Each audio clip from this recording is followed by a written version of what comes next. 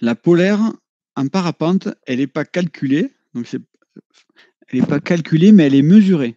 C'est-à-dire qu'on va faire, enfin, on construit un nouveau parapente tout neuf, Nervure développe un parapente, ils vont décoller le matin en air calme sans vent. Bon, ils vont le faire 10 ou 20 fois, et ils vont mesurer les performances, enfin, oui, les performances de l'aile à différents paramètres de vol. Donc, on va mesurer la distance horizontale parcourue et l'altitude perdue. C'est-à-dire que si, en perdant 100 mètres, j'ai parcouru 1 km, on va savoir qu'on a donc 100 divisé, pardon, enfin 1000 mètres divisé par 100 mètres, ça fait une finesse de 10. Donc, pour faire ces mesures, le pilote il va parcourir tous les régimes de vol de la voile, bras haut jusqu'au décrochage. Et on va faire des mesures à chaque régime de vol. C'est-à-dire que un coup, il va dire, bon, les bras hauts, il fait 1 km avec les bras hauts. Après, il va faire 1 km avec un peu plus de frein, encore un peu plus de frein, encore un peu plus de frein. Et donc, ça va nous permettre de déterminer la courbe. Donc, la finesse, c'est équivalent à la distance horizontale parcourue sur l'altitude qui est perdue. C'est équivalent aussi à la portance sur la traînée. Et c'est équivalent à la vitesse horizontale divisée par le taux de chute. Donc voilà, il y a des petits schémas qui expliquent cette formule. Ce qu'il faut retenir, c'est que tout simplement, c'est mesuré avec une voile donnée en air calme. En le faisant 10 fois, on fait une moyenne de ces 10 fois et on obtient la courbe que vous voyez maintenant. Donc sur cette courbe, on a toujours les km/h de déplacement horizontaux en abscisse, donc en haut ici. Sur le côté gauche ici, on a le taux de chute en mètres par seconde. On a 4 points clés en parapente. Le premier, c'est le décrochage. Donc c'est la vitesse en dessous de laquelle notre parapente ne vole plus. C'est-à-dire qu'un parapente qui vole en moyenne, on va dire, à 30 km/h, si je freine des deux côtés, avec des mains symétriques, si je freine, il va arriver un moment où la vitesse est trop faible et où l'aile décroche. Et donc, dans cet exemple, voilà, on est sur 22 km/h. Donc, ce point-là, si on remonte ici, on peut lire 22 km/h et moins 1,4 mètres par seconde. Donc, si on a mesuré ça sur une nouvelle voile, on va mettre un point ici. Ensuite, on a recherché un point qui est le taux de chute mini. Le taux de chute, donc c'est la vitesse verticale de notre parapente. Donc, plus elle se rapproche de zéro, plus on, ouais, non. J'annule la phrase. Donc, le taux de chute mini, ici, dans notre mesure, il va être à 29 km/h et à moins 1,1 mètre par seconde. C'est des exemples, ce n'est pas des données fiables ou valides pour tout type de voile. C'est vraiment pour un exemple d'une voile dont on n'a pas le nom. Donc, on a le taux de chute mini. Ensuite, on a un point qui est la finesse max. La finesse max, on en entend beaucoup parler, normalement, et c'est le point auquel on va parcourir c'est le meilleur ratio pour nous pour parcourir du chemin. Dans notre exemple, la finesse max, elle sera à 36 km/h avec un taux de chute d'environ, on va dire, moins 1,3 mètres par seconde. Et enfin, la vitesse max, c'est lorsqu'on utilise l'accélérateur au maximum. Et dans notre exemple, on atteindra les 47 km/h. Par contre, un taux de chute de moins de 2,5 mètres par seconde. N'hésitez pas s'il y a des questions pour que j'intervienne. Donc, ces régimes de vol, on a vu que c'était 4 points majeurs. Et il y a forcément une position de pilotage qui est associée à chacune d'elles. Donc, par exemple, position des mains. Si j'ai les mains hautes, j'ai un régime de vol, donc finesse max. Dans ce cas-là, on utilise aussi l'accélérateur. Le comportement, la vitesse sur axe est la plus importante, c'est-à-dire que c'est là où c'est le régime de vol auquel notre parapente se déplace le plus vite dans l'air. L'avantage, c'est que contre le vent, on avance plus vite. L'inconvénient, c'est un risque de fermeture en turbulence. Et aussi, on détériore un petit peu la performance et le plané de notre voile. Si on a un régime de vol avec les mains au niveau des oreilles, donc c'est-à-dire qu'on n'a pas les mains tout à fait en haut à la poulie, mais on a les mains voilà, au niveau des oreilles avec juste la garde qui est en tension, on est à finesse max. Donc finesse max, main aux oreilles, c'est le point où on aura une distance parcourue la plus importante comparé aux autres régimes de vol. C'est-à-dire que si je décolle au décollage basse et que je vais tout droit jusqu'à atterrir, si je suis à vitesse max, je vais aller moins loin que si je suis à finesse max. Finesse max, c'est le régime de vol qui va me faire aller le plus loin. Alors ça, c'est avec une voile donnée, mais qui représente quand même 95% des voiles aujourd'hui. Donc l'avantage, c'est que sans vent, c'est la condition où on va le plus loin. Et aussi, la voile est relativement stable. Alors Laurent, je ne sais pas si tu nous parles, mais quand tu as le micro coupé, je te propose d'écrire à la limite parce qu'on ne t'entend pas, Laurent. Alors, question. Pourquoi fait-on souvent les traversées avec accélérateur? Eh bien, c'est une très bonne question, Thibaut. Je finis les 4 régimes de vol et je réponds à ta question. Si on a les mains au niveau du maillon, on se rapproche du taux de chute mini. Le taux de chute mini, c'est la vitesse verticale la plus faible. Donc, c'est la vitesse à laquelle on tombe le moins vite du ciel. Donc, on descend moins vite. Par contre, dans l'air, on se déplace aussi beaucoup moins vite. Donc, l'avantage, c'est que on tient, enfin, on a un taux de chute qui est meilleur. Par contre, l'inconvénient, c'est instable en roulis et risque de départ en négatif, puisqu'en fait, finalement, on se rapproche du dernier point qui est le point de décrochage. Donc, le dernier point, c'est en dessous, les mains en dessous du maillon. Donc, c'est une position qu'on va déconseiller fortement, puisqu'on se rapproche du point de décrochage et on va être en parachutal. Donc, la voile ne vole plus, c'est le vol en marche arrière qu'on appelle. Donc, en général, on arrive à ce point au niveau du posé, ou éventuellement au décollage, si on a les pieds au sol et qu'on veut ne pas décoller, on utilisera ce régime de vol. Mais on peut se faire mal et se faire peur. Juste, excusez-moi, vous m'entendez? Oui, Charlotte, on t'entend. C'était pour savoir, il y a un nombre de places limitées parce que j'ai des amis qui peuvent pas se connecter là sur Et la je crois plateforme. malheureusement que Google nous limite à 100 personnes.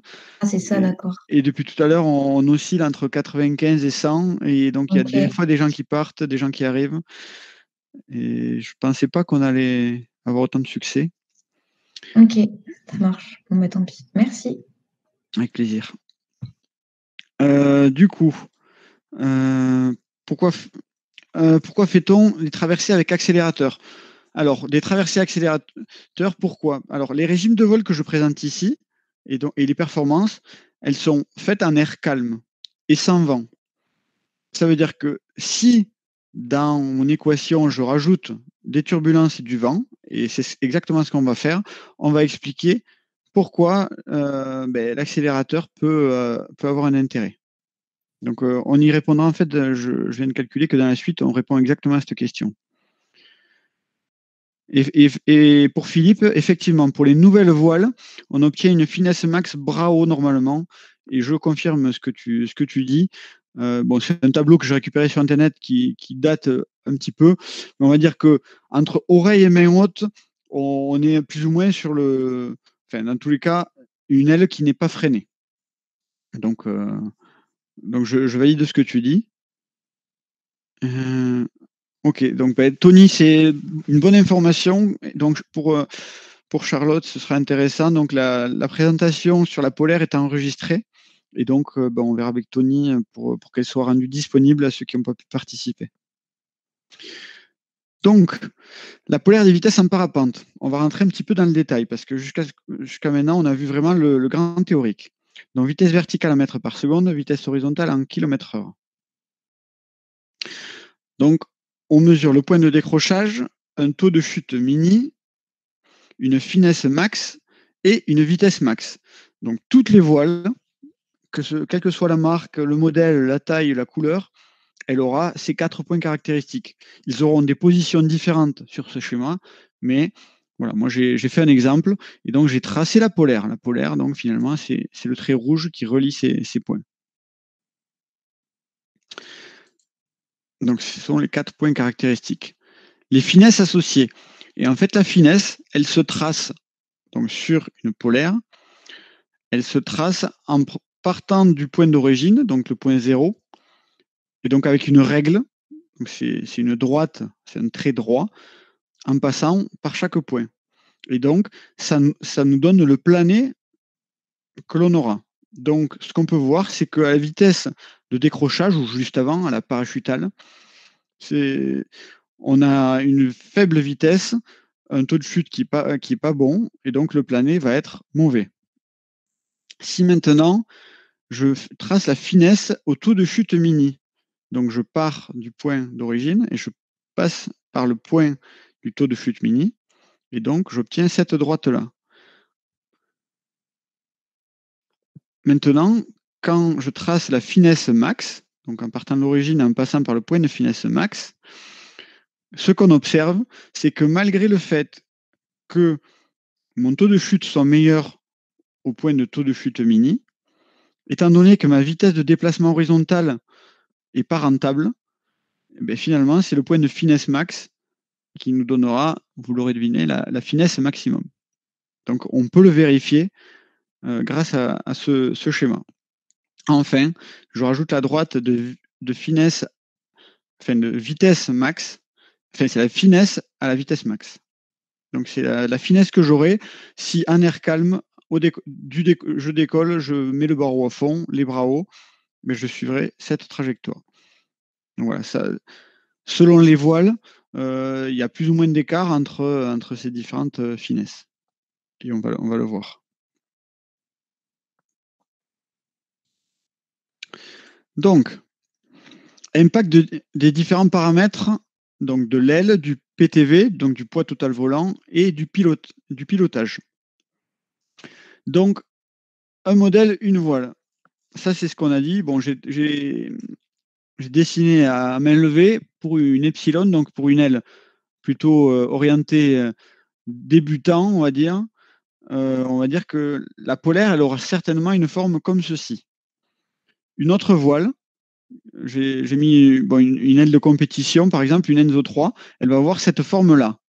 C'est-à-dire que on ne va pas avoir de grande différence au niveau du point de décrochage. Au niveau du taux de chute mini, la différence, ça ne va pas être énorme. En revanche, les vrais écarts, ils sont dans cette partie-là. C'est-à-dire entre la position main haute et accélérée. C'est vraiment dans cette phase-là que les ailes école et les ailes performance ont des écarts. Une aile de compétition, elle va aller plus vite tout en descendant moins, avec un meilleur taux de chute. Alors qu'une aile école ou débutant, une fois qu'on a accéléré à fond, on va vite dégrader les performances et notamment le taux de chute. Donc voilà, c'est vraiment ce que je voulais mettre en évidence ici, c'est la différence entre une voile école et une voile performante. La différence liée au PTV, donc le poids total volant. Monsieur A a une voile et on va dire qu'il la charge au milieu du PTV, c'est-à-dire une aile qui est, on va dire, 70-90 pour faire du classique, donc qui admet de 70 kg à 90 kg. Si je la vole à 80 kg, je suis au milieu du PTV, j'aurai 7 polaires. Si je la prête à mon ami qui a un PTV de 90 kg, alors là, vous remarquerez que la forme de la polaire est identique, mais la polaire, elle glisse donc le long de la finesse max et elle se déplace vers la droite. Ce que l'on peut en conclure ici, c'est que si c'est la même voile, mais volée par deux personnes différentes, la personne qui sera la plus lourde, elle va aller un peu plus vite. On le voit très bien sur la vitesse max. Par contre, elle va aussi avoir un taux de chute qui est moins bon. Et on le voit aussi, les points de la courbe jaune sont légèrement en dessous de ceux de la courbe rouge. Donc la voile, elle va avoir la même polaire, mais par contre, elle aura des performances différentes, si je peux dire. Enfin, des comportements, des vitesses et des taux de chute différents. Au contraire, si je la prête à quelqu'un de plus léger, qui va la voler à 70 kg de PTV, eh bien, on va faire glisser cette même polaire sur la droite de finesse max, on va la faire glisser vers la gauche. Et donc, on va perdre en vitesse, mais on va améliorer le taux de chute. Donc, il n'y a pas de bonne ou de mauvaise recette. Dans tous les cas, ce qui est important, c'est d'être dans le PTV. Après, certaines personnes apprécieront d'être plutôt en haut de PTV pour se rapprocher des vitesses élevées. Certaines personnes préféreront le bas de fourchette pour exploiter au mieux les conditions faibles. Puisque, bon, ce qu'on peut voir ici, c'est que dans un thermique qui monterait à 1 mètre par seconde, ben, celui qui a l'aile et qui est léger, donc qui est sur la courbe verte, il va monter, les deux autres vont descendre. Donc, il y a aussi ces paramètres-là à prendre en compte. Donc, la finesse max est identique. C'est ce qu'il faudra retenir. L'impact du vent. Et donc là, c'est intéressant parce que on va faire le lien direct entre la polaire d'une voile, les conditions et ce que peut faire le pilote. Puisque jusqu'à maintenant, on était quand même sur du basique, sur quelque chose de très théorique, mais on va se rapprocher de quelles sont les actions pilotes qui peuvent nous aider. Donc, l'impact du vent, si on simule ici qu'on a 20 km/h de vent de face. D'accord? Donc, si j'ai 20 km/h de vent de face, on va tracer les finesses, mais en mettant un point d'origine à 20 km/h. Donc 20 km/h de vent de face, les droites elles vont partir de là. Et on va pouvoir observer, donc on retrace toutes les finesses et on peut observer plusieurs choses. C'est-à-dire que si je suis le pilote et que je suis très freiné, c'est-à-dire que je suis par exemple en parachutal, ben, je vais même plus avancer, mais je vais reculer par rapport au sol. En revanche, pour les trois autres points qui nous concernent, on peut observer que dans du vent de face, la position finesse max n'est finalement plus la plus rentable. La plus rentable, donc c'est la courbe qui nous amène le meilleur plané, ce sera celle qui a la vitesse maximum. Donc dans un cas, alors là je fais le cas précis où on aurait 20 km/h de face stable, etc. Mais si c'était le cas, le pilote qui va accélérer, il va avoir un meilleur rendement que celui qui a finesse max et encore un meilleur rendement que celui qui a taux de chute mini. Et voilà, ce graphique, il met ça en évidence. Donc, la conclusion, voler accéléré, c'est pas très... pour avancer. Ensuite, l'impact du vent si on a 10 km/h de vent arrière. Donc, je fais mon tour de bocal, j'ai 10 km/h de vent arrière, quel sera le meilleur régime de vol pour moi? Pour le voir, on va placer l'origine à moins 10 km/h ici. On va tracer les mêmes droites qui nous donnent les finesses et on va observer plusieurs choses. Notamment que dans ce cas de figure, la vitesse d'accélérer au maximum, ce n'est pas le meilleur rendement pour notre parapente. Ici, on va vraiment être très proche des finesses max ou taux de chute mini. Donc, c'est-à-dire que ça va être les mains soit les mains hautes ou légèrement au contact de l'aile, puisque finalement, le vent va nous pousser. Donc, au niveau du déplacement horizontal, on aura un très bon rendement. Et donc, on va chercher à améliorer le taux de chute dans ce cas-là. C'est plus ou moins l'inverse par rapport au vent de face. Donc, rien ne sert de voler vite quand on est poussé par le vent. C'est ce qu'il faut retenir. Impact d'une ascendance maintenant. Si on a un air ascendant de 1,5 mètres par seconde, donc ce qui est plutôt classique, Donc on va positionner notre origine, au lieu de le positionner à 0, on va la positionner à moins 1,5 mètres par seconde. On va ensuite tracer les finesses. Qu'est-ce qu'on va observer? On va observer que quelqu'un qui vole proche du décrochage ou accéléré à fond, eh bien, il ne va pas monter.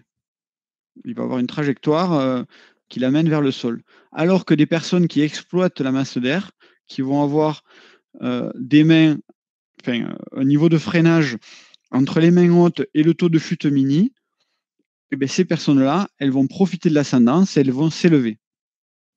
Donc voilà, ça c'est vraiment le cas où on a le thermique faible, mais sélectif, des personnes qui vont utiliser le bon régime de vol vont monter, et d'autres personnes qui vont mal gérer leur régime de vol, elles vont descendre. Donc au bon régime de vol, on monte, trop vite, on descend. L'impact d'une descendance. Donc si on cherche dans un air descendant, donc ce qu'on appelle couramment une dégueulante, donc là j'en ai fait une de 1 mètre par seconde, ce qui n'est pas très fort, mais ça nous permet tout de même de voir ce qu'on veut voir.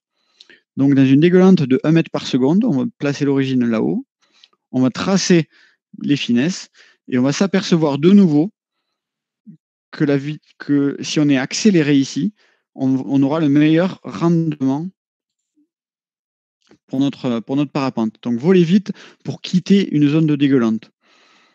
Donc si on imagine une dégueulante à 2 mètres, 3 mètres par seconde, ce qui est possible de faire aussi, enfin de croiser, eh ben, cet écart va se creuser. Donc il sera d'autant plus important de quitter vite la zone. Alors je fais un tour vers les questions. Ça semble paradoxal. Plus je suis lourd, moins je perds de finesse en parachutal. Alors, je reviens sur le schéma qui concerne les PTV.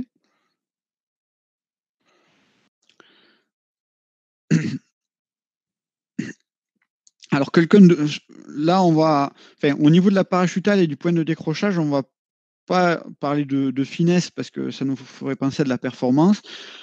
En revanche, ce qu'on va pouvoir identifier, c'est que quelqu'un de lourd, il va décrocher à une vitesse plus élevée.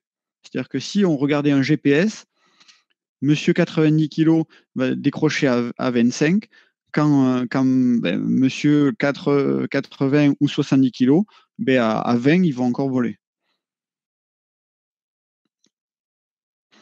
La finesse max correspond à la finesse de la voile indiquée lors de son achat. Alors là, c'est compliqué de répondre à cette question. Mais effectivement, normalement, la finesse qui est indiquée dans Parapente Magazine, c'est la finesse maximum de la voile.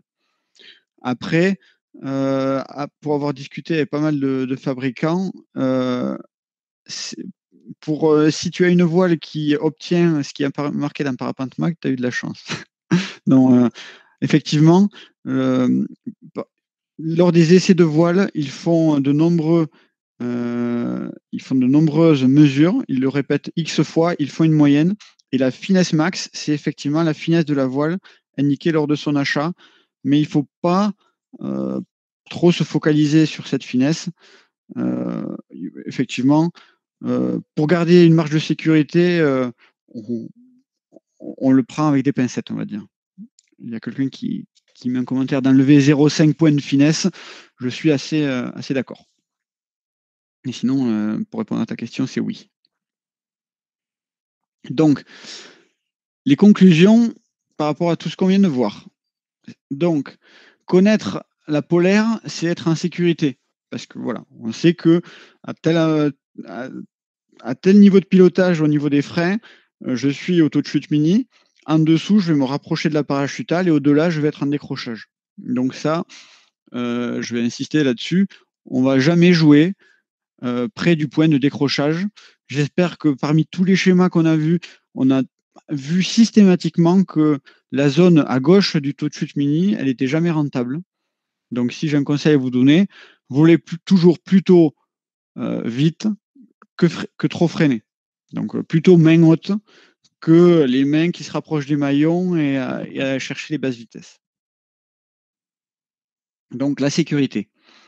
Donc flirter avec la vitesse mini n'est jamais bon, sauf cas particulier, donc atterrissage, basse vitesse, etc. mais par des personnes qui maîtrisent. Savoir utiliser l'accélérateur, ça fait gagner en sécurité et en performance. Alors effectivement, on pense de suite accélérateur, c'est pour la performance. Mais si j'ai du vent de 30 km/h face à moi, ça peut nous arriver, ben, l'accélérateur, ça va nous permettre de nous déplacer et d'aller rejoindre notre atterrissage possiblement avec la meilleure finesse, alors que notre régime de vol nous aurait fait poser avant l'atterrissage. Donc ça, c'est important de le savoir. Ensuite, face au vent, je vole vite. J'ai mis j'accélère, mais on va dire je vole main haute et pourquoi pas avec un peu d'accélérateur. Vent arrière, rien ne sert de se presser, donc pourquoi pas freiner légèrement. Tout ceci, on peut progresser au sol. Donc en pente-école, n'hésitez pas à travailler ces différents régimes de vol en pente-école, parce qu'on peut le faire, on a les pieds au sol ou on est proche du sol, donc n'hésitez pas. Et sinon, c'est un sieve. Les points caractéristiques d'une voile, le point notamment de décrochage, il ne se découvre pas par nous-mêmes sur un vol classique. Donc si on veut découvrir le décrochage, je vous enverrai plutôt vers une école professionnelle qui propose des CIV. Donc CIV, stage d'incident en vol. Donc ici, on a juste des petits schémas qui nous font des petits rappels. Donc vent de face, il est intéressant donc d'avoir un vol accéléré. Rafale descendante ou dégueulante, également intéressant d'accélérer. Une ascendance, on va essayer d'avoir un régime de vol qui se rapproche du taux de chute mini et de la finesse max. Et en cas de vent arrière, on aura une médiane entre le taux de chute mini et la finesse max également. Donc dans tous les cas, une fois encore, ce sera partagé. Alors j'ai une question. Alors face au vent, 15-20 km/h, dans une ascendance à plus de 1 mètre par seconde, on accélère ou pas? Alors, tout dépend ce que l'on veut faire, Laure. Parce qu'effectivement, si j'ai 15-20 km/h de vent de face, une ascendance à 1 mètre par seconde, il y a plusieurs choix. Soit mon but, c'est de monter pour continuer mon cross, et dans ce cas-là, mon but c'est de rester dans l'ascendance, et dans ce cas-là, j'enlève l'accélérateur et j'enroule. Donc je vais chercher des taux de chute mini ou finesse max pour enrouler et rester dans l'ascendance. Si maintenant mon but c'est de faire une ligne droite vers mon atterrissage, et qu'on a 20 km/h de vent de face, on peut conserver l'accélérateur, ou ce qui peut être une solution, c'est de le relâcher temporairement et une fois qu'on a quitté l'ascendance, remettre de l'accélérateur. C'est là où vraiment la maîtrise des régimes de vol et la connaissance de la polaire et de nos instruments nous permettent d'améliorer les performances de l'aile. Et pour l'anecdote, c'est que si vous suivez quelqu'un qui fait le même poids que vous, qui a la même voile que vous pouvez le suivre à 10 mètres derrière. Mais il y a une personne qui va optimiser à chaque seconde d'une transition, il va optimiser le régime de vol en relevant les mains, en mettant un peu d'accélérateur, un petit peu de frein, etc., suivant l'air qu'il croise. Il va arriver plus haut que vous au même point. Donc ça se travaille à tous les vols et grâce à la compréhension de ces petits chemins. Rares sont les fabricants qui donnent la polaire. Seul moyen, faire ses propres mesures pour connaître sa polaire. Effectivement, Michel, ça fait un petit moment que j'ai pas vu de polaire dans mes sachets de voile. Mais bon, il y a, ouais, à la limite, pour connaître une polaire, et notamment les 3 points qui sont à droite ici, je vous recommanderais de faire vos mesures. Pour le point qui est à gauche, je vous recommanderais d'aller au-dessus de l'eau, en sieve, pour connaître ces points-là. Je ne sais même pas si Parapente Mag se frotte à ce genre de... Ce qu'il faut retenir, c'est que la forme, globalement, pour toutes les voiles, elle est dans cet état d'esprit. plus une voile est performante, plus on va modifier la position de ce point-là à droite. Mais voilà, après, on n'achète pas non plus une voile pour sa polaire. Donc, tableau de référence accélérateur. Alors ça, c'est vraiment si on veut tirer la performance de notre parapente. C'est un petit tableau qu'il est bien d'avoir en tête, c'est-à-dire que ce qu'on aperçoit, donc le pourcentage, c'est le pourcentage d'accélérateur. C'est-à-dire que 0%, je ne touche pas l'accélérateur. 100%, j'ai les poulies qui touchent les poulies. Je suis à fond, jambes tendues sur le deuxième barreau. Et alors, je ne vous dis pas de faire ça absolument, mais les gens qui recherchent la performance, ils ont un pilotage qui se rapproche de ça. Plus le taux de chute est mauvais, plus le vent de face est fort, et plus on va avoir une utilisation appuyée de l'accélérateur.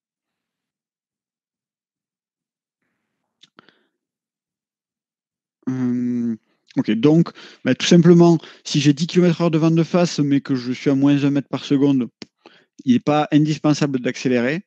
En revanche, dès qu'on va rencontrer des vents de face forts, quel que soit le taux de chute, on va être obligé d'accélérer, tout simplement parce que sinon on ne va pas avancer par rapport au sol. Donc voilà, bon, ça c'est juste pour ceux qui sont intéressés de le regarder à froid. Et ensuite, il y a cette planche qui a été faite par un collaborateur qui est très très bien, qui résume pas mal ce qu'on a vu aujourd'hui. Et donc, voilà, donc on a les positions des mains du petit bonhomme. Ici, on n'y va pas. Ici, c'est les régimes de vol. Et ici, c'est tout ce qui se passe main haute. La petite conversion, si jamais vous êtes intéressé pour calculer votre propre finesse, avec une mesure GPS sur un vol en air calme, je répète, vous pourrez éventuellement calculer, enfin, mesurer puis passer par le calcul pour obtenir votre vitesse de votre voile. Du coup, là, on a vu l'intégralité de la présentation sur la polaire. Donc ici, je cite pas mal de mes sources. Donc si vous téléchargez la présentation, vous pourrez aller voir plus en détail.